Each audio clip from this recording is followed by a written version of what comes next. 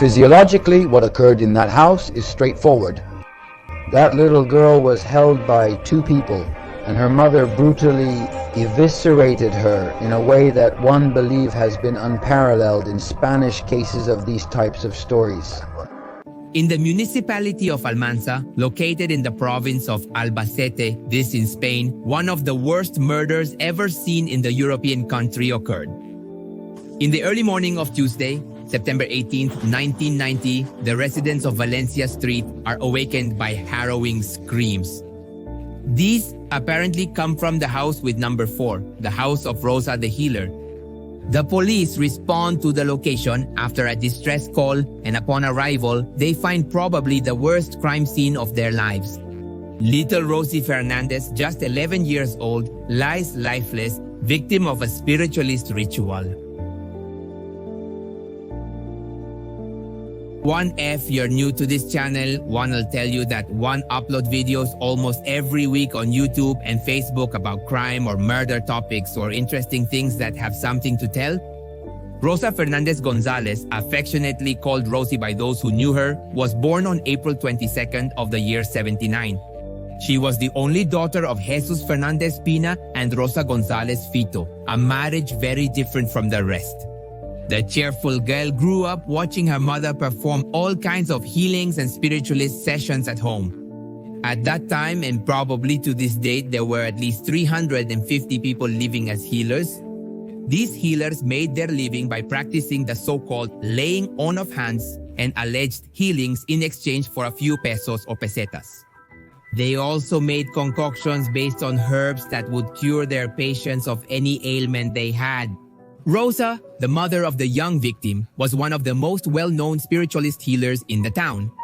She was trained in this work by the master healer Enrique El Villena. Once initiated into the world of spiritualism, she was baptized as a seer, healer, or sister of the light. Every day, the family received a large number of people at their home who were looking to cure their ailments. After a while working, they did so well and made so much money that her husband, Jesus Fernandez Pina, left his job as a shoemaker to be his wife's secretary. In the waiting room, the lower floor of the house, he scheduled appointments and handled the business's finances. Despite working together as a supposedly married couple, Rosa preferred sex in secret. Rosa would entice her clients with smooth talk and dubious promises. She truly believed that she had powers and increasingly felt capable of greater achievements. Francisco Perez, director of a Spanish newspaper, mentioned this. Rosa believes that healers with some family ties, especially siblings, had more power and were better at their work, so she convinces Ana, her younger sister, to work with her. In addition to her closeness with her sister, she maintains a close relationship with her neighbor Maria Angeles Rodriguez Espinilla, who accompanies her and participates in her rituals, and it is also said that there was a romantic relationship. Looking to improve her business and increase her healing power, she conceives the idea of integrating not only her sister but also Maria's sister into the team. The group was made up of Rosa and her sister Ana, accompanied by Maria and her sister Mercedes. Supposedly, among the spiritual leader's intentions was the desire for her sister and her partner's sister to also enter into a homosexual relationship. On Saturday, October 15, 1990, they make plans and go out to dinner together. While they are dining, Rosa begins to feel unwell, overwhelmed. She was looking more and more haggard and irritable, while her companions, worried, listened to her speak incoherently. Finally, it doesn't escalate and they relax. They greatly admire the supposed healer. They consider her a prophet and enlightened, so they express their respect to her all the time. After coming back from their trip, the women take psychedelic drugs. Under the influence of the herbs, Rosa continues to say incoherent things, like that Saint Jerome uses her vocal cords to speak. On Sunday, Rosa already calls Maria on the phone and asks her to come to her house immediately. An emergency has arisen. Upon arrival, she lets her know the bad news according to her. Maria is being possessed by her own husband, Martin. Scared, she asks the enlightened one to help her free herself from her husband's alleged bad intentions. They spend the afternoon performing various rites to exorcise the evil, which Rosa claims is causing her great harm. In their frenzy, the couple says they are the Lord's envoys on earth who have God's dagger in their body to free the world from evil. Maria presents her children to the spiritualist woman as they are convinced that they also carry this supposed evil. The women stick their fingers in their mouths to make them vomit and, in their words, to expel what they had inside. The children vomit and even bleed due to the aggressiveness of the actions of these supposed healers. Martin, on the other hand, Maria's husband, is not a spirit, he is still alive, which makes it stranger to imagine a possession and understand the wild ideas of these women. Finally, the man locates his family at Rosa's house. He desperately tries to convince his wife to return to their home. It's almost midnight and the children are tired and sore after this cleanse they've been subjected to. His wife decides not to accompany him, so he leaves with his children. The next morning, Mercedes pays a visit to Rosa's home. Upon arrival, they find her with her sister Maria, naked in bed, hugging each other, and according to them, they claim to be Jesus Christ and the Virgin and that they were going to get married. The practices of these rituals have not stopped, and they are becoming more and more disturbing. Ana, Rosa's sister, and Josefa, her sister-in-law, arrive at the house after being called by Jesus, the husband of the lead healer. According to him, his wife is going mad, screaming incoherently, and insisting that their daughter, little Rosie, is possessed by the devil. They started breaking figures and books, puncturing dolls and tearing out their eyes, urinating on the floor. They began undressing. In short, everything, because there was an evil present, right? Throughout this interval, the aunt and the father were already at the door praying. And there was a moment when my sister stood up against the wall and said that she was having a miscarriage and that she was the one who had the evil. One bled a little due to my period, nothing else. And then Rosa said no, it wasn't her who had the devil, it was her daughter. They all enter the couple's room where they continue their rituals in an effort to expel the evil spirits. The story escalates and the rituals become more and more violent. Around 6 p.m., things calm down a little bit. Maria shows that the healer saved her life, but she responds, "I'm not Rosa, I'm an alien from another planet." After the nonsensical comment, Josefa, Ana, and Mercedes leave the house, while Maria and Rosa lock themselves in the bedroom. Mercedes returns home after midnight in the early morning hours of September 18th, the night of the brutal murder of an innocent girl. Jesus enters the bedroom, finding his wife completely naked, accompanied by the Rodriguez sisters, Maria and Mercedes. The three are covered in excrement and vomit. Upon seeing him, they resume their violent and hysterical behavior. Beating the man, they force him to clean the room. Up to this point, in this outrageous story, little Rosie has been exempt from the creepy rituals that have occurred in her home over the last few hours. Unfortunately, the exorcism story of her mother and her companions was going to catch up with her. Her sweet dreams are interrupted by her father. Rosa has ordered Jesus to take her daughter to the master bedroom. He obeys her out of fear. He prefers not to confront her to avoid being attacked again. The three women wait for Rosie, naked and covered in all kinds of fluid. The man leaves her alone with her. The delirious healers undress the girl, lay her on the bed, and cover her with sheets. After circling her in silence for a while, the girl falls asleep. She is awakened again, but now by her mother, who forces her to throw herself on the floor. The girl starts crying and pleading with them to leave her alone. Mercedes, noticing the girl sobbing, says, "If you're going to remove the evil, do it now because the girl is not well." Rosa becomes furious and pointing at the Alegrita, "Damn you, the evil is inside you." Along with Maria, she begins to attack her with kicks in the stomach and sticking her fingers in her mouth, making her bleed.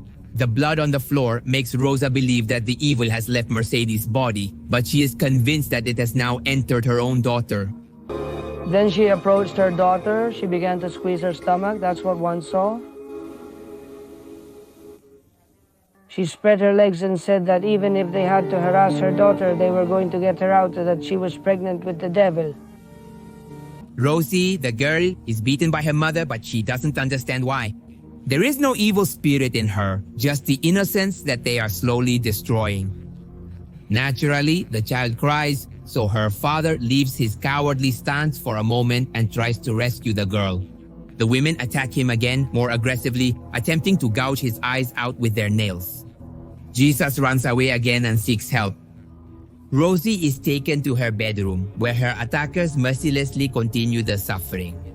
In the room, there are two beds, one with a lock on the door so that no one can enter or leave, and on the other, they lay the little girl. They surround her praying, insult the devil, hit her, and mock her crying. This continues all night long. By 6 in the morning, Jesus returns with Anna, but since the door was blocked with the mattress, they can't get in. For 3 hours, they remain outside the room, listening to the girl's cries and screams of pain. The beatings, insults, and prayers do not stop. Rosa and the Rodriguez sisters are going more and more insane. The room is a total mess. They break all the furniture, smash the mirrors, and walk barefoot on the glass. They are covered in feces, urine, and blood after rolling on the floor. Amid the chaos, Maria screams, "Evil is entering me from below. A devil's abortion is entering me." Rosa takes a towel and places it between her accomplice's legs. She is bleeding from her genitals. The unhinged exorcist is convinced that an incubus is trying to possess her when it was just menstruation. Maria is repeatedly punched in the stomach by her lover. Then, perhaps seeking to stop it, she screams, "The devil's abortion is getting into the girl." Rosa turns to her daughter and tells her, "You're pregnant by the devil, Rosie." The girl is attacked again by the three women. She is held by the wrists by the two sisters, while her mother forcefully opens her legs and checks her. That she was going to remove the pregnancy she had. The girl screamed 2 or 3 times. She said it. She repeatedly urged her mother to finish what she was doing. Her mother would fly her from school of things like books. She started reading the next day at school. And at one point she told me to come closer to her. The girl was covered with a blanket, and one put my face with hers, and one held her hand, and one spoke to her. The girl answered me. And then there came a time when Rosa said she was tired. Her arm had gotten tired, and she told my sister to continue. My sister continued, and one remembers, she said, "Let's go." That she was not pregnant with one, she was pregnant with several, and it was a nest that came one after another, one after another. At one point, one noticed the girl's hand turning white, and one told them that the girl was turning white. My sister replied to me to calm down, that nothing was happening, that she had catalysis, and the girl was fine. With his own hands, he tears his own daughter apart from the inside. One by one, he takes his daughter's organs while exclaiming, "Glory to the Holy Spirit, glory to Jesus the bastard." Rosa continues to remove the viscera non-stop for almost half an hour. Despite the fatigue, Maria continues to extract the viscera, and they shout, "Another demon, we have taken out another. This is not over." The scene of a hard nightmare, as you can imagine, lasts for minutes. Words fall short to express the horror that Rosy Fernandez is experiencing. In shock from blood loss, she faints. Shortly after, her heart stops beating. The forensic scientist would later report that only her liver, the vessel, and the stomach remained inside her. Through her legs, it seems that they inserted sticks and took everything out, because when we lifted the bed sheet, we saw torn muscles or something like that and coagulated blood. Finally, Jesus and his sister-in-law break down the door and enter the room. The scene is the most terrible thing you can imagine, the most terrible thing they will ever see in their lives. Organs scattered on the floor, the little girl's corpse on her bed, surrounded by figures and images of saints. The responsible ones are covered in blood and other bodily fluids. The man runs out to ask for help and calls the police from a neighbor's house. Anna can't believe it. She looks at the scene petrified. The women, still in their episode of psychosis and hysteria, attack her while screaming, "You are the key. We need your eyes for the girl to revive." The woman is beaten by her own sister and her helpers. Her retinas are injured by the nails of her attackers, who were trying to gouge out her eyes. Fortunately, she manages to free herself from the attack and get out of there alive. We heard knocks on the door and thought it was the police. Rosa tried to close the door, saying it was the police. Of course, the police knocked down the door, came in. One of them put on one think it was a policeman giving the girl a massage. That's when one realized the girl was dead. But one didn't see any blood or anything at all.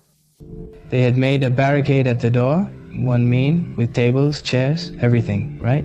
Blood was everywhere, all over the place. Candles, there were candles there and pictures of saints. We took the girl away, but one can't provide more details. After days of extreme violence and madness, fatigue hit the healing women. Consciousness began to weigh heavily on them as they understood the magnitude and at the same time the horror of their actions, so they decided to flee. Rosa takes refuge in a bar while Maria assaults the driver of a car who was trying to help her. The officers relentlessly search for the murderers and manage to stop them before they could flee the town, except for Mercedes, who was arrested at the crime scene. The Red Cross also arrives at the address, but they can do nothing more. The police have a hard time taking the women into custody. They defend themselves and hit the officers. They attack directly at their eyes or by biting. Mercedes is treated at the hospital, victim of serious trauma. She tells the doctors that she has been beaten by the black forces, that is the devil, and demands that they do not touch her because she does not need the help, that Saint Lucia is supposedly going to heal her. The municipality of Almansa and the entire country are devastated by the situation. There is no precedent for this. The media exploit the case's nature for sensationalist headlines. The news has been on the front page for weeks. The case garnered so much attention that the trial is being broadcast on television. Rosa Gonzalez, the exorcist of Almansa, is known all over the world as a vile and ruthless mother out of a horror movie. The day after Rosie's murder, her body is denounced by the entire town. Her father sobs, pulling his hair out in utter despair. He keeps repeating that he did everything he could to anyone who wants to listen. The door was barricaded from the inside of the room, but if asked why he didn't call the police from the beginning, he can't answer that. It's hard to accept that innocent life could have been saved. During the trial, the madness continues, and according to Mercedes, she says the following. Rosa began to speak like Saint Jerome, then her voice changed, and she spoke like our deceased mother. On the day of the crime, she was all wet and had a picture of the Virgin in her hands. She told me to come in. Rosa came down the stairs naked and told us to take off our black clothes. At her suggestion, we walked on the black tiles of the pavement to ward off evil spirits, and we destroyed the furniture while praying. Then Maria Angeles said that she had had a miscarriage from the devil and began to bleed from her vagina. Since Maria Angeles had miscarried, Rosa said that her daughter was pregnant with the devil's child. They held the girl between them, and her mother put her hand between her legs to remove the devil's spawn. As stated by Mercedes during the trial, this was declared. According to Rosa, Gonzalez has no recollection of the events of that tragic night. Maria says she has no memory of the night of September 15th. But in February of '92, the Provincial Court of Albacete finally issues the sentence against the accused, and what do you think? Inexplicably, the three women are acquitted. The fate of the murderers would not be jail, but a penal psychiatric hospital. They have been exonerated of their charges due to a diagnosis of transient mental disorder. For her part, Mercedes is allegedly acquitted for not having actively participated in the events, or at least not being able to prove it. The only innocent witness to what happened in that room, as we already know, is no longer in this world. A few years later, believe it or not, and incredibly, the murderers are released. Maria moved to Valencia, where she lives far from her family, while Mercedes lives in Valladolid. Rosa also reintegrated into society, but she will definitely never return to the mansion. The inhabitants have publicly declared that if she steps on their land, she will be lynched. The house of this creepy story remains intact, with the exception of the inverted cross that the neighbors painted. The killer exorcist decided to better seek refuge in another city of the country, and not long after would seek to participate in television programs telling her case. In these, she tells her version of the murder and earns money for it, obviously. I've already done my part to call it something. Wait. With the sentence they gave me.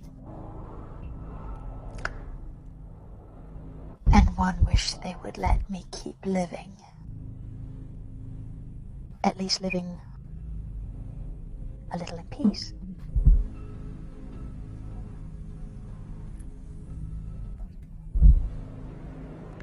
Every 3, 4, 5 years when there's some program or something, I'm right there.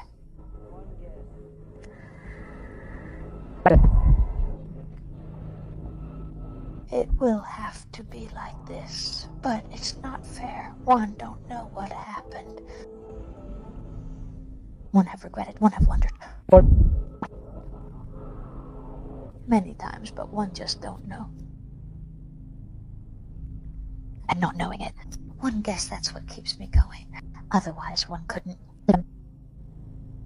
The mother was there sitting praying and as if nothing. One mean we took her out and as if nothing. One mean she just stood there. One mean she didn't do anything. But at that moment she wasn't a mother.